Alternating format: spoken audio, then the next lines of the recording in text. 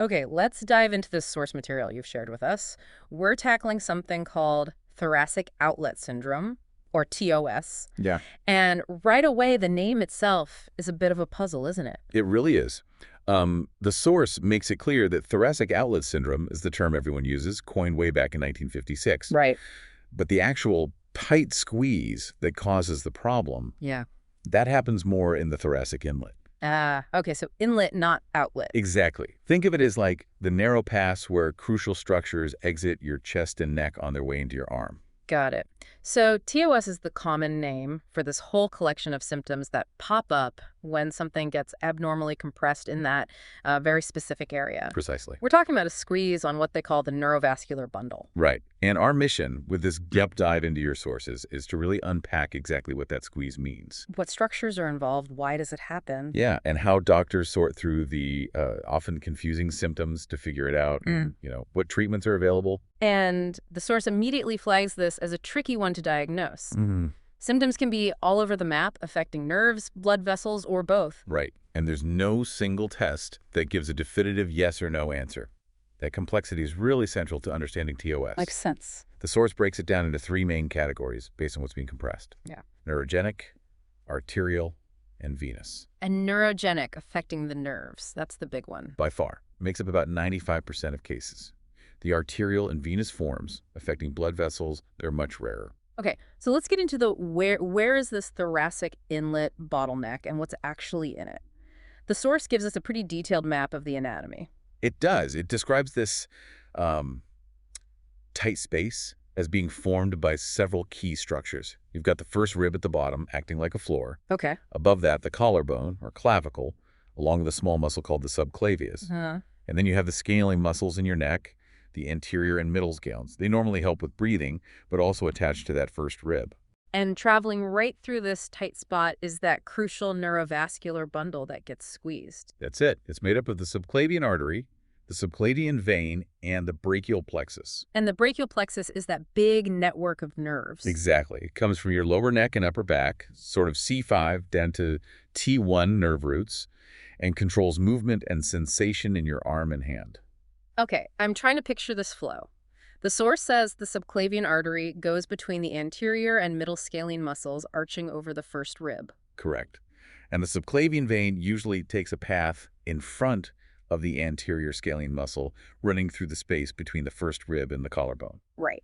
The brachial plexus nerves, meanwhile, pass behind the anterior scalene, very close to the artery and just above it. And the source points out that the nerve roots from C8 and T1, the ones that feed into the ulnar nerve, Yeah, going down to your pinky and ring finger side. those are especially vulnerable to pressure from the first rib right there. Yes, exactly. Those lower nerve roots are in a prime position to get pinched. But it's not just the standard anatomy. Well, the source also mentions other things that can make this space even tighter. Sometimes people have congenital bands, kind of like extra fibrous tissue. Like from birth. Yeah, running from a neck vertebra or a cervical rib down to the first rib. And a cervical rib is an actual extra rib. It can be. Sometimes it's a full bony rib, other times just a fibrous band. It comes off a neck vertebra, usually C7, and attaches to the first rib. How common are those? Pretty rare in the general population, less than 2% have them. But they're found in up to 5% of people with TOS, so there's definitely a link. Interesting. And the source note that they're more common in females, about a 2-to-1 ratio. Okay.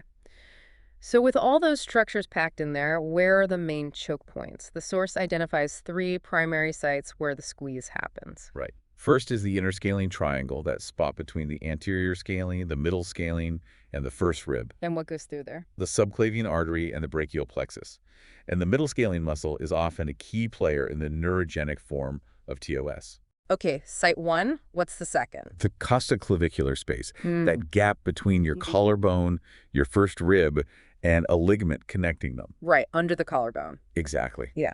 Changes here, whether you're born with them or they develop later, or even just changes in shoulder position or trauma that can cause compression. And all 3 parts of the bundle go through there. Artery, vein, nerves. Yep. All 3 pass through this space. And the third spot. That's the subcoracoid space, tucked underneath the muscles in the front of your shoulder near your armpit by the coracoid process. Okay. The brachial plexus travels through here, and the source mentions it can get compressed with hyperabduction, like raising your arm way up over your head. Okay, that anatomy picture is definitely helpful. It makes sense that if things are already packed in there, certain movements or, specific postures could really cause a problem. Absolutely. So let's talk about why things go wrong, the pathophysiology section and the source. What actually happens when these structures get squeezed? Okay, so for the neurogenic type, the most common one, it's described as a bit of a cascade. It starts with mechanical pressure or maybe reduced blood flow to the nerve. Which causes inflammation. Exactly. Think of it like the nerve getting irritated and swelling up. And because nerves have these protective barriers, that swelling can't easily escape, right? So the pressure increases inside the nerve itself. Precisely. That's a key point. This persistent pressure can cause the connective tissue around the nerve to thicken over time. Oh, wow. If it continues, the protective coating around the nerve fibers, the myelin sheath, starts to break down. That's called demyelination. Okay. Then you can get scarring or fibrosis within the nerve, and eventually actual damage to the nerve fibers themselves, which is axonal degeneration. So it's a real progression of damage, not just a simple pinch. No, definitely not. And the source highlights that the severity of the symptoms you feel is directly related to how long and how intense that pressure is on the nerve. Okay, that covers the nerves. What about the arterial compression? That sounds pretty serious. It is. The source notes this is usually a result of significant and long-standing compression. It's often tied to something structural, like a cervical rib or another bony abnormality. And the artery itself actually changes. It does. The wall of the artery can become thick and scarred, and sometimes inflammation causes it to kind of stick to the surrounding structures. The source mentions that just after the squeeze point, the artery can bulge out. That's called postcanonic dilation. This can even progress to an aneurysm, which is, a dangerous bulge in the artery wall. And the big risk here is blood flow problems, I imagine. Absolutely. Damage to the inner lining of the artery can lead to blood clots forming, thrombosis. Okay. A large clot could potentially block the subclavian artery, causing ischemia, lack of blood flow down the arm. Right. Or, maybe even more common, tiny clumps of platelets can break off and travel down to the hand. The source calls this microembolization. Little tiny clots going downstream. Exactly. Causing blockages in the small vessels of the fingers, leading to symptoms like coldness, pain, maybe even sores that might look like Raynaud syndrome. Wow, so it's not just a squished nerve. It can be a seriously damaged blood vessel, too. That's important to distinguish. Very important. And venous compression, the third type. This is usually caused by external pressure on the vein, maybe tight muscles or those fiber spans we mentioned. Okay. Continuous compression irritates the vein lining, the endothelium, and it also slows down blood flow that's venous stasis. Both those things make it easier for a clot to form. In a clot in the subclavian vein in this specific spot has a name, right? Yes, it's often called Paget-Schroeder syndrome, sometimes called effort thrombosis because it can happen after strenuous arm activity. Okay, so that's what's happening inside when things get squeezed. Now let's step back and look at why someone might develop this squeeze in the first place. The source lists causes and predisposing factors. Yeah, so mechanical factors seem to be the primary drivers, especially for the nerve dysfunction, the neurogenic TOS. Like posture. Definitely. The source points to things like poor posture of the shoulder girdle, especially prolonged positions, which can cause chronic irritation in that tight space. And what about muscle length? Does that play a role? Yes. The source notes that muscles in the neck and shoulder area can become too short or too long, creating an imbalance. How so? Well, for example, tight chest muscles, like the pectoralis minor, or tight neck muscles, like the scalenes or sternocleidomastoid, can kind of pull structures closer together or even elevate that first rib, narrowing the space. So it's not just about individual muscles being tight or weak, but the overall balance between them. Exactly. Muscle imbalance or strain is a big factor. This often comes from overuse of some muscles, like the upper trapezius maybe, and underuse of others, like the stabilizing muscles around the shoulder blade, the middle and lower traps, serratus anterior. That imbalance can lead to increased pressure at those compression sites. The source also highlights trauma as a major contributor. Oh yeah, there's a strong link mentioned. Something like 60% to 70% of patients report a history of neck or shoulder injury. Like whiplash. Whiplash-type injuries are specifically called out as potential triggers, yeah. That sudden movement can definitely disrupt things in that area. And just activities we do every day, can they contribute? For sure. Occupational demands, especially repetitive movements or heavy lifting, particularly with the arms raised overhead, can definitely play a role. Like what kind of jobs? Think about activities like constant typing, painting ceilings, assembly line work, maybe even something like playing certain musical instruments. Oh, like our case study, EJ, who plays the harp. Exactly. That involves prolonged arm positions, doesn't it? Yeah. We'll definitely circle back to her story later to see how these pieces fit together. Good idea. But first, given all this complexity and the varied causes, how do doctors actually diagnose TOS?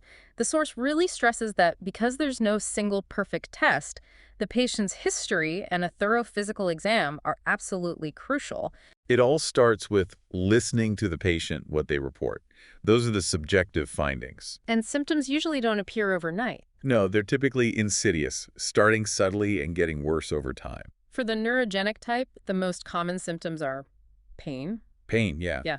Plus that pins and needles feeling, or numbness paresthesia, weakness, the arm feeling tired easily, clumsiness, maybe dropping things. And these symptoms often get worse when you raise your arm or hold it overhead, like reaching up to a shelf. Yes, arm elevation is a classic trigger.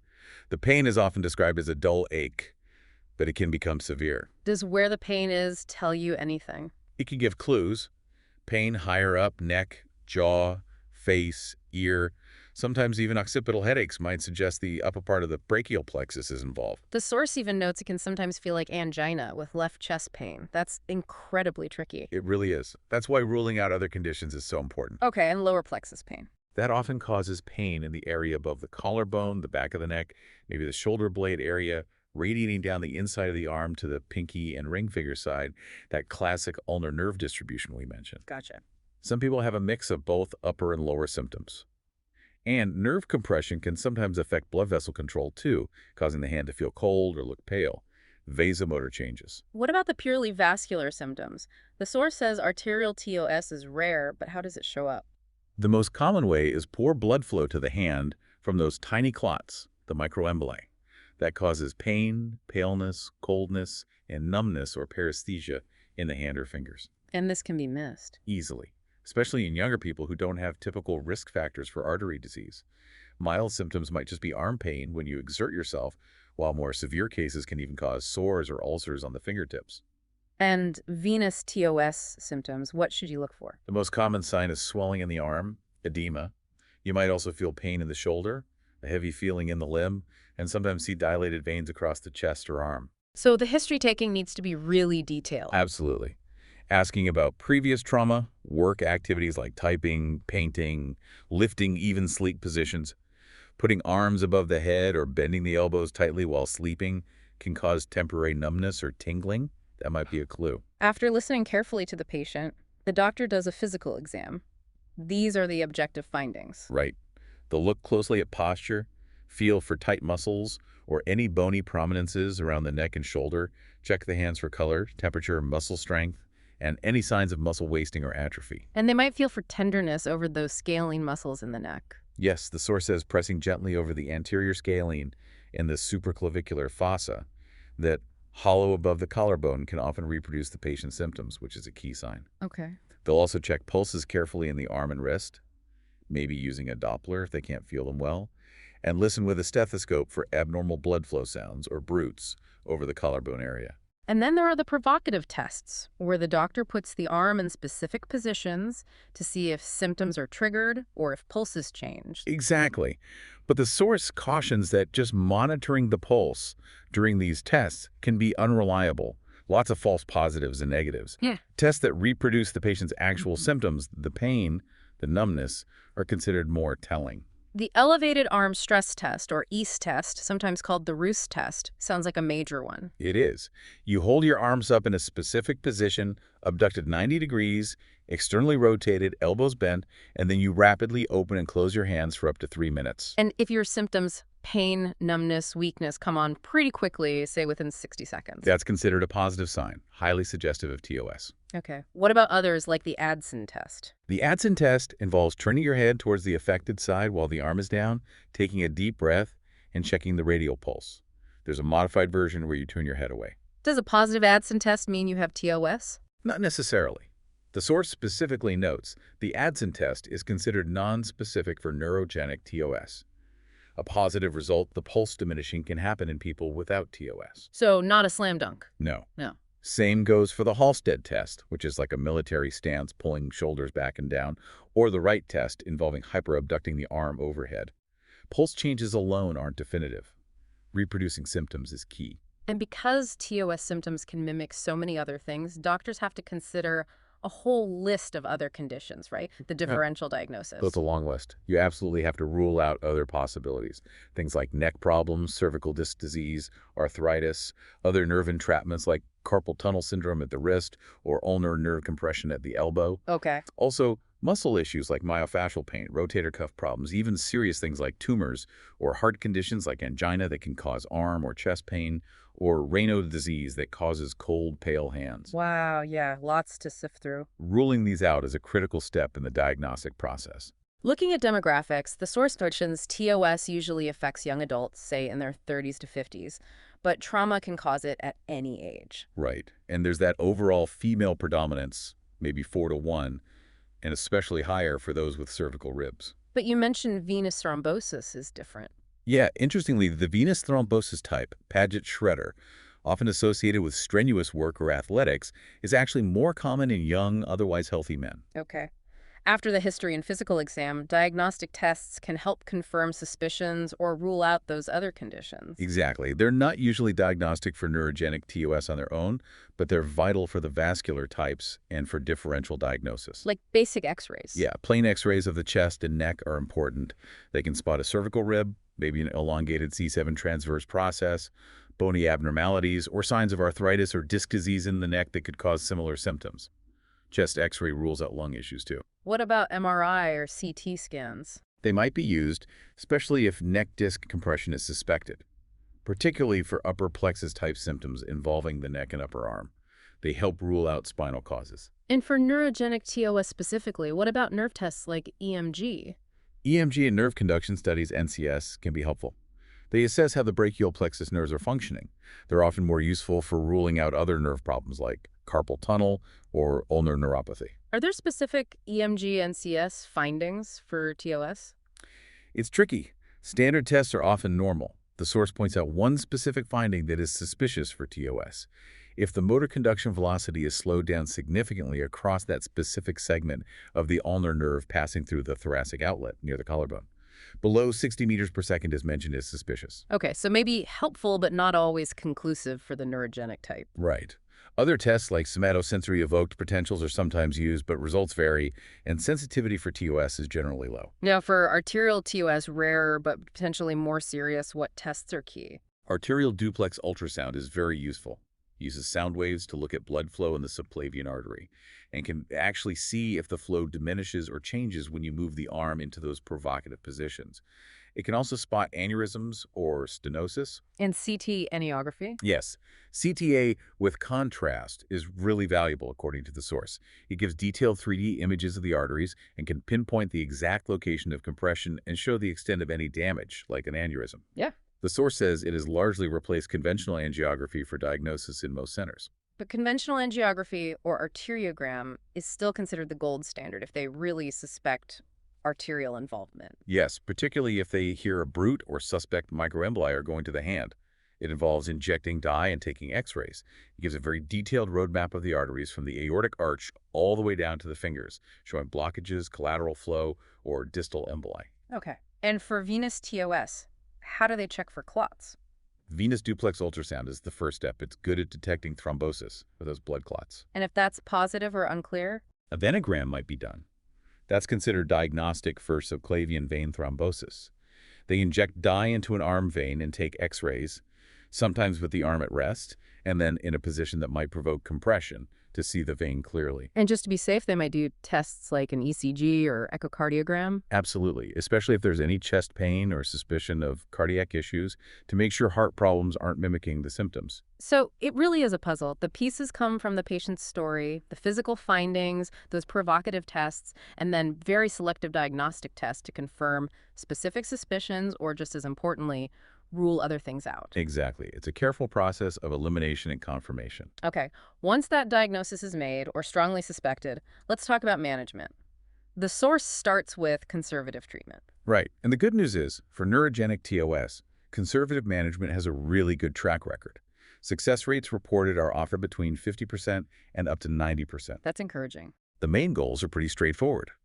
Decrease the mechanical compression on the nerves and blood vessels, and improve the muscle balance and biomechanics around the shoulder girdle. Patient education seems fundamental here. Absolutely critical. Helping the patient understand the condition, identify activities or postures that trigger their symptoms, learn how to modify things, how to position themselves for relief, and, importantly, providing encouragement, because it can be a long process. Activity modification is also key. Yes. Simple things like changing how you sleep, maybe using pillows to support the arms and prevent overhead positions. Adjusting your workstation ergonomics is huge for many people. Sometimes it might mean temporarily reducing work hours or changing job duties. Weight reduction can also help if obesity is a factor. And physical therapy is central, right? Sounds like the cornerstone for neurogenic TOS. It's incredibly important. The main goal of PT is to restore normal, balanced movement in the shoulder girdle and essentially create more space in that thoracic inlet area. How do they do that? It involves correcting posture, often focusing on reducing forward head and rounded shoulders and doing very specific exercises. Like stretching tight muscles and strengthening weak ones. Exactly that. Gentle, sustained stretches for muscles that are often tight and contributing to the compression, like the neck scalenes, the upper traps, levator scapulae, sternocleidomastoid, or the chest pectoralis minor. Gentle and sustained, not aggressive bouncing. Right, low-force, long-duration stretches are emphasized. And then, once pain allows, strengthening exercises for the muscles that help stabilize the shoulder blade and open up the space, like the middle and lower trapezius, the serratus anterior, the lower rhomboids. These help counteract the downward pull or forward posture. The source mentions swimming. Good or bad? It says swimming can be useful for general conditioning and posture, but it might actually aggravate symptoms in some people because of the repetitive overhead arm movements. So it needs to be approached carefully. And this isn't a quick fix with PT. No. A supervised program for the first few weeks is recommended to make sure you're doing the exercises correctly and safely. But then, a consistent home exercise program is crucial, often needing up to 6 months to see a significant impact. The source cautions against being too aggressive, as that can flare things up. What about other conservative therapies? The source mentions several. Massage can help relax tight muscles and provide symptom relief. Thermal treatments may be ice for acute flare-ups, heat for chronic muscle tightness. Medications. Yes, things like anti-inflammatory agents, NSAIDs, can help with inflammation and swelling. Muscle relaxants are sometimes used for spasms, acting either centrally or on the spinal cord. Add pain control. Pain control can be a challenge, starting with over-the-counter analgesics like acetaminophen is recommended, often combined with other modalities. Narcotics are seen as a last resort for severe, persistent pain and require careful monitoring. Sometimes antidepressants are used, not just for mood, but because they can help with chronic pain perception and sleep disturbances. Any other modalities? 10S units for electrical stimulation might provide some relief.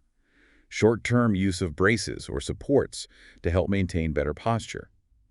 And nerve blocks injecting anesthetic near the brachial plexus or anterior scalene muscle can provide temporary relief and sometimes help diagnostically. The source also touches on the psychological side of things. Which is so important with chronic pain conditions. It acknowledges the stress TOS can put on the patient and their family emotionally, financially, impacting body image and roles. Offering counseling, education, and support is key.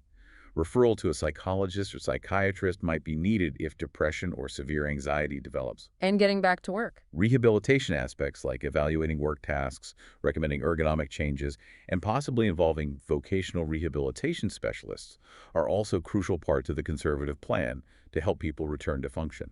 Now, you mentioned a key difference for the vascular types. Yes, this is really important to highlight.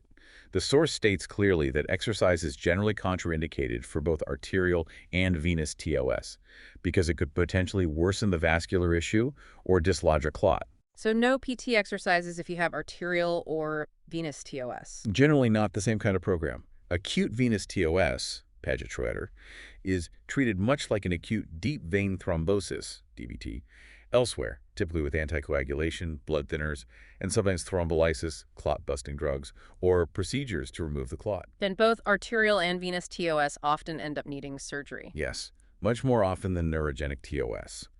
Because of the risk of serious complications like limb ischemia or pulmonary embolism, surgery is frequently required to definitively relieve the compression. Which brings us to surgical management. What's the goal of surgery here? The primary goal is complete decompression of the neurovascular bundle in that tight space, How do they achieve that?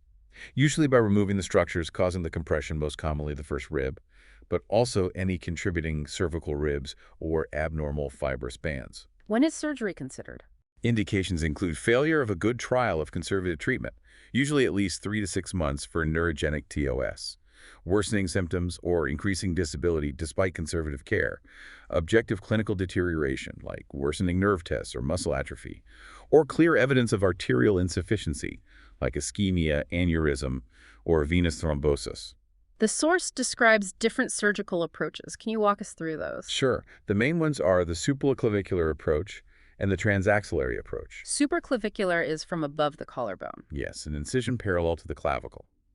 The advantages are it gives easier access to the interscalene triangle where the nerves and artery pass between the scalenes. It allows good visualization of the nerve roots and anatomy, and it's the preferred approach if you need to remove a cervical rib. What are the downsides? It gives poorer access to the costoclavicular space between the clavicle and first rib and the subcoracoid space. So sometimes decompression of bands in those areas might be incomplete, and removing the entire first rib can be harder from this angle. Okay. And the transaxillary approach, that's through the armpit. Correct. An incision across the axilla. This approach is often used for first rib resection, especially for neurogenic symptoms. Its main advantage is providing good access to that costoclavicular space and allowing for a potentially more complete removal of the first rib. Disadvantages of going through the armpit? The exposure can be deep and somewhat limited, which can increase the risk of injury to structures like the long thoracic nerve, which controls the serratus anterior muscle, and can lead to winging of the scapula if damaged, or even vascular structures. It's also generally not suitable for removing a cervical rib if one is present. But there's an improvement mentioned. Yes, the source mentions endoscopic-assisted transaxillary surgery. Using a small camera improves visualization, magnifies the anatomy, and makes it minimally invasive, potentially reducing some risks. What about scalenectomy, just removing the scalene muscle? Dividing or removing the lower part of the anterior scalene muscle is sometimes done, particularly in arterial TOS or cases linked to trauma. It can have fewer complications than rib resection and might be used with rib resection for more complete decompression. But is it usually enough on its own? The source suggests that scalenectomy alone is usually not sufficient for full, long-lasting decompression in most cases. And there's a risk, though small, of injuring the phrenic nerve nearby, which controls the diaphragm. Are there other surgical approaches? There are others mentioned, like a posterior approach or an infraclavicular below the collarbone approach, but they seem less widely used according to the sources reviewed. And with arterial TOS, surgery might involve more than just decompression. Yes, if the artery itself is significantly damaged, narrowed, or has an aneurysm, they might need to perform arterial reconstruction at the same time. This could involve using a prosthetic graft, a patch angioplasty, or sometimes even stenting, though stenting alone without decompression isn't usually recommended. Like any surgery, there are potential complications. What are the main risks? Nerve injury is probably the most feared. Injury to the brachial plexus itself is serious, although permanent severe damage like paralysis is reportedly rare.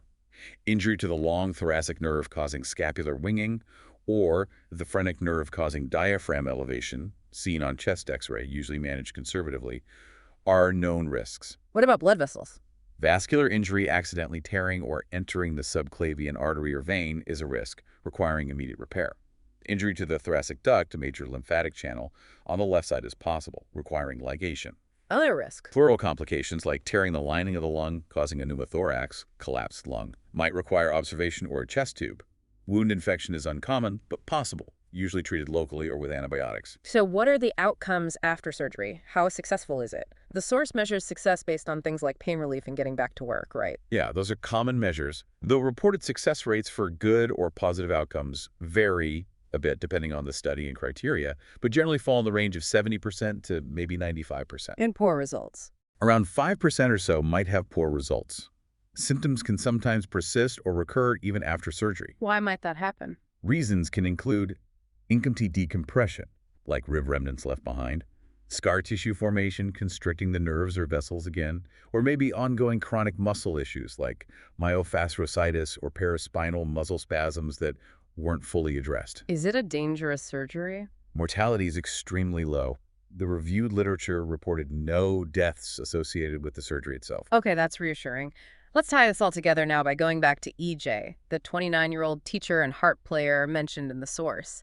Her story really seems to bring these points to life. It really does. Her TOS started subtly, insidiously, and clearly worsened with activities like computer work, writing on the board, and especially playing the harp, perfect examples of how occupational demands and specific sustained postures can trigger or aggravate this condition. Initially, her symptoms were primarily neurogenic, that upper arm pain, the paresthesia, numbness, tingling when playing the harp, the headaches, the neck pain. Right.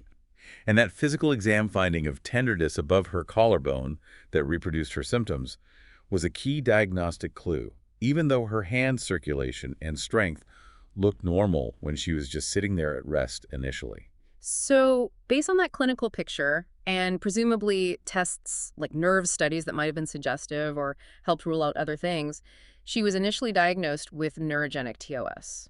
And she started conservative treatment, including physical therapy, which is the standard and often successful first step for that type. But importantly, her symptoms didn't just stay the same or get better, they changed over time. Even after 2 years of managing with exercises, she came back significantly worse. Exactly. And this time, the symptoms weren't just about the nerves. A clear vascular component was emerging. What were the signs? Well, she had increased pain, numbness specifically in the 4th and 5th digits, that CAT1 ulnar distribution becoming more prominent, and clumsiness, those are worsening nerve signs. But crucially, her hand was now cool and pale even at rest, and her pulses diminished or disappeared completely with arm elevation. That shift towards objective vascular signs is really critical, isn't it? Absolutely. Because as the source material tells us, the development of arterial involvement, especially when combined with the failure of conservative treatment and increasing disability, becomes a strong indication for surgery. And the diagnostic testing confirmed it. Yes. The arterial duplex scan, showing diminished blood flow with TOS maneuvers, validated that vascular compression was happening. So she had surgery. What kind? She underwent a right transaxillary first rib resection, removing the first rib through an incision in her armpit. This surgical approach directly addresses the bony floor of that outlet, aiming to decompress the entire neurovascular bundle being squeezed between the rib and the clavicle or scalenes. And the source even includes details from her post-surgery discharge teaching, which gives us really concrete examples of the practical management side. It does. Things like how to care for the wound, showering okay after a couple of days, but no deodorant near the incision, patting it dry gently. Activity restrictions are key initially, movement as tolerated, but no driving until the first follow-up, keeping the arm mostly below shoulder level for simple tasks, and definitely no carrying heavy bags or backpacks on that shoulder for a while. Diet recommendations, too. Yeah, encouraging high protein and low fat for good healing. And importantly, knowing what signs of infection to look out for: redness, swelling, drainage, fever, and when to call the doctor.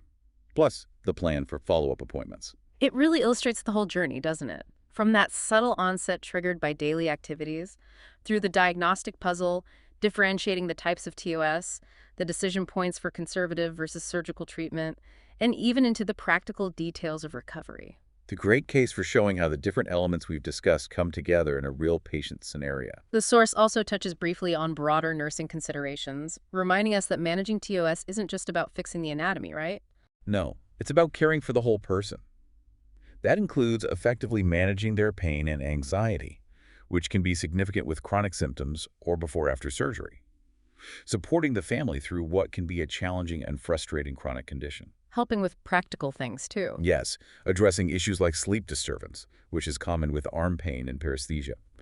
And providing that crucial patient education, addressing knowledge deficits so they understand what's happening, why certain treatments are recommended, and how they can actively participate in their recovery. And post-operatively. Careful monitoring for potential complications is vital, checking for any new neurological deficits, ensuring good circulation to the hand, watching for signs of infection, managing pain effectively. Okay, so to wrap up this deep dive, thoracic outlet syndrome is, well, a complex condition. It's rooted in the anatomy of that narrow passageway near your collarbone where nerves and sometimes blood vessels can get squeezed.